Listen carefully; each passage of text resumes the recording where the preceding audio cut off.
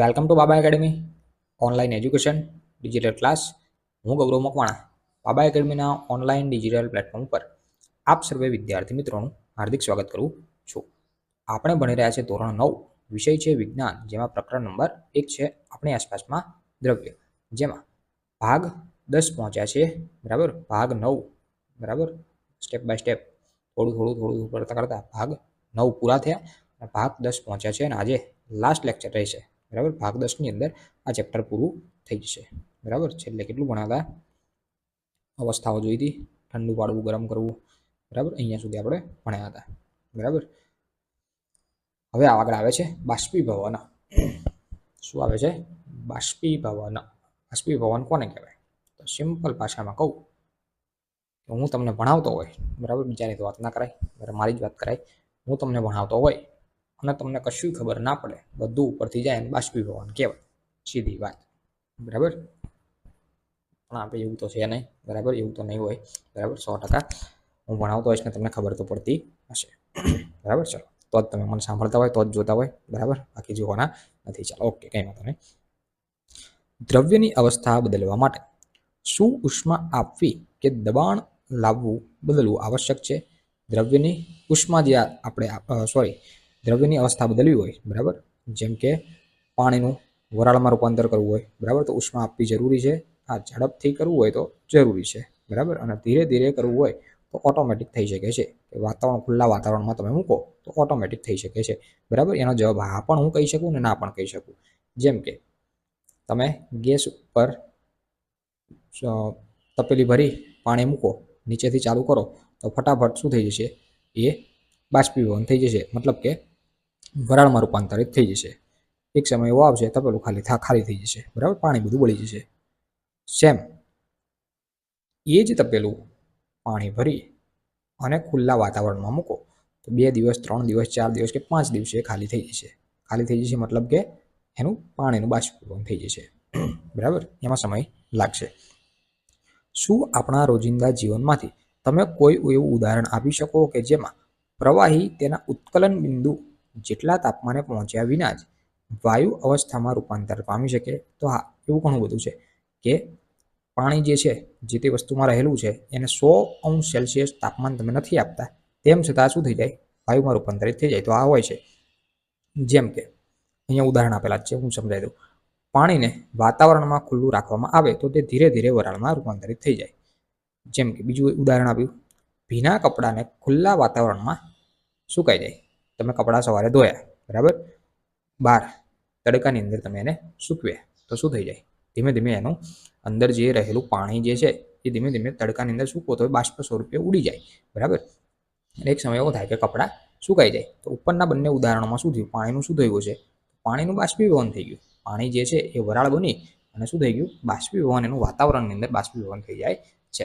બંને ઉદાહરણની અંદર આપણે જાણીએ છીએ કે દ્રવ્યના કણ જે સતત ગતિશીલ હોય છે. આપણને ખબર છે કે જે કોઈ પણ દ્રવ્ય છે એના કણો કેવા છે? સતત ગતિશીલ. બરાબર, અને ક્યારેક અટકાતા નથી. એક નિશ્ચિત તાપમાને દરેક ઘન પ્રવાહી અને વાયુ પદાર્થ જે છે એના કણોમાં જુદી જુદી માત્રામાં ગતિ ઉર્જા હોય છે. પ્રવાહીઓમાં સપાટી પર રહેલ કણોને કેટલાક અંશે એટલી વધુ ગતિ ઉર્જા હોય છે કે બીજા કણના આકર્ષણ બળથી મુક્ત થઈ જતા હોય છે અને શું થાય? બાષ્પની અંદર રૂપાંતરિત થઈ જાય. પ્રવાહી જે છે, બરાબર, એના કણો એટલા અસ્તવ્યસ્ત ગતિ કરવા લાગે છે, બરાબર, તો એક સમય એવો આવે છે કે શું થઈ જાય છે? બાષ્પની અંદર રૂપાંતરિત થઈ જાય છે. ઉત્કલન બિંદુથી ઓછા કોઈ પણ તાપમાને પ્રવાહીનું વાયુની અંદર શું થઈ જાય? રૂપાંતર થવાની ક્રિયાને બાષ્પીભવન કહે છે. અંડરલાઈન કરવી, એક માર્કમાં પૂછાઈ શકે. શું પૂછાઈ શકે?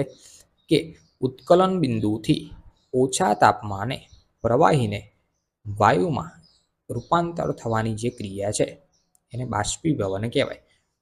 કોઈ પણ પ્રવાહી છે, બરાબર, એને તમારે ગરમ કરવાનું નથી, બરાબર, અને ખુલ્લા વાતાવરણમાં મૂકી દો છો અને 1 દિવસ, 2 દિવસ કે અડધો કલાક કે કલાક, બરાબર, એ જેટલી ક્વોન્ટિટીમાં છે એ પ્રમાણે, બરાબર, તો એ વાતાવરણની અંદર ભળી જાય એટલે કે ખાલી થઈ જાય. બરાબર, તો એને શું કહેવાય? બાષ્પીભવન કહે છે. બાષ્પીભવનને અસર કરતા કેટલાક પરિબળો આપ્યા છે તો જોઈએ. એની અંદર એક પ્રવૃત્તિ આપી છે.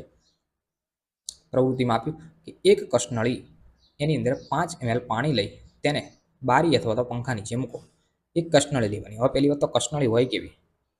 આ રીતે કસનળી આ રીતે હોય, બરાબર. આની અંદર શું ભરવાનું? પાણી ભરવાનું. અહીંયા સુધી ભરી દેવાનું પાણી, બરાબર. અડધું ભરો, અડધા ઉપર ભરો, બરાબર. હવે આને શું કરવાનું? 5 ml પાણી કીધું. હવે 5 ml એટલે કે જે પ્રમાણની કસનળી હોય, જે જગ્યાએ 5 ml નિશાની મારેલું હોય એ જગ્યા સુધી તમારે પાણી ભરી દેવાનું. એટલે જેમ કે અહીંયા સુધી આપણે પાણી ભરી દીધું, બરાબર. આને કાઢી નાખો, બરાબર. અહીંયા સુધી આપણે પાણી ભરી દીધું, બરાબર. આ જે નિશાન માર્યું અહીંયા સુધી આપણે પાણી ભરી દીધું, જે 5 ml છે એવું વિચારો, બરાબર.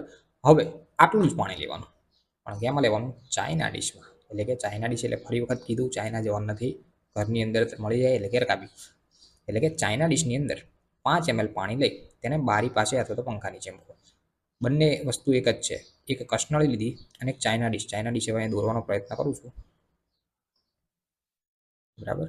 આને તમારે સમજી લેવું કે આ ચાઇના ડીશ છે, બરાબર. જો કે બહુ સારી દોરાતી નથી આપણાથી, એન્ટર છે નહીં, બરાબર. આ સમજી લેવાનું કે ચાઇના ડીશ છે, એક રકાબી છે.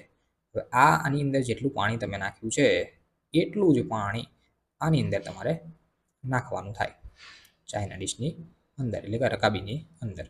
બંનેને ક્યાં મૂકવાના કીધા? પાણી ભરી અને ક્યાં મૂકવાના કીધા? બારી પાસે કાં તો પંખા નીચે મૂકો, આને બારી પાસે કાં તો પંખા નીચે મૂકો, બરાબર. હવે શું કીધું?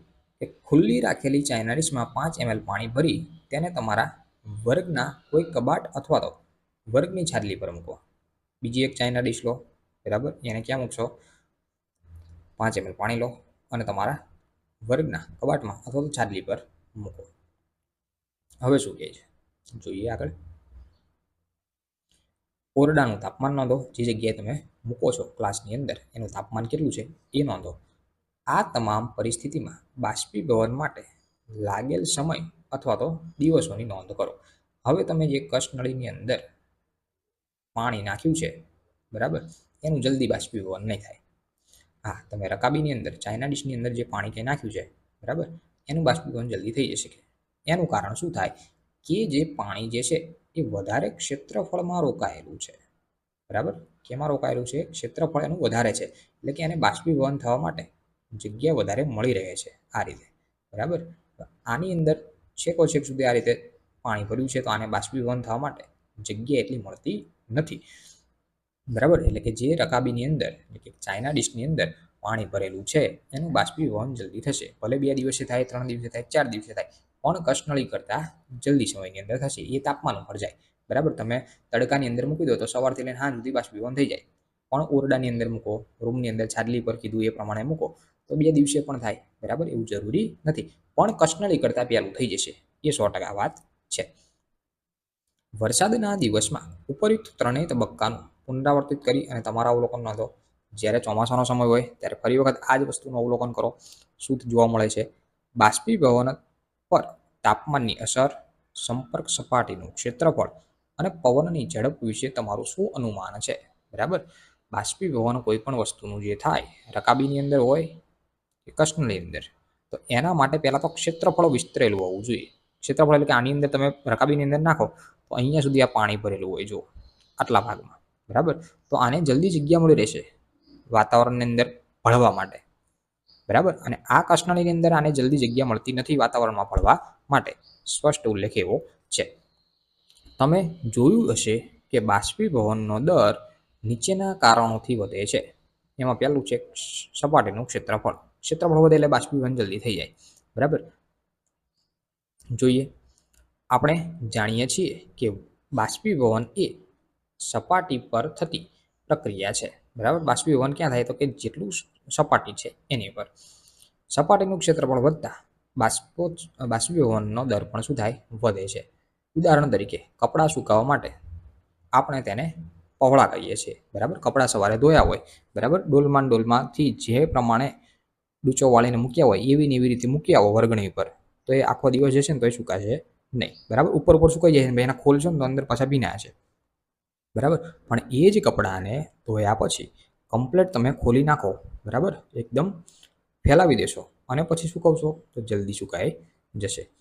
પછી બીજું કીધું તાપમાનનો વધારો, હવે જે પ્રમાણેનું તાપમાન છે ઉનાળાની અંદર જલ્દી સુકાઈ જાય, ચોમાસું શિયાળો હોય તો સુકાય પણ વાર લાગે, જે ઉનાળામાં સુકાય એની કરતાં વાર લાગે. તાપમાન વધવાથી વધુને વધુ કણોની પૂરતી ગતિ ઉર્જા શું થાય પ્રાપ્ત થાય છે, જેથી તેનું બાષ્પ અવસ્થામાં રૂપાંતરણ થાય છે. બરાબર, એટલે કે તાપમાનમાં વધારો થાય એમ જલ્દી બાષ્પ અવસ્થામાં રૂપાંતરિત થઈ જાય. ત્રીજું આપ્યું ભેજની માત્રામાં ઘટાડો થવો. બરાબર, ભેજ એટલે કે વાતાવરણ જેમ કે ચોમાસું હોય તો ભેજની અવસ્થા વધારે હોય એ વખતે, પણ જો ઘટી જાય તો બાષ્પીભવન જલ્દી થઈ જાય.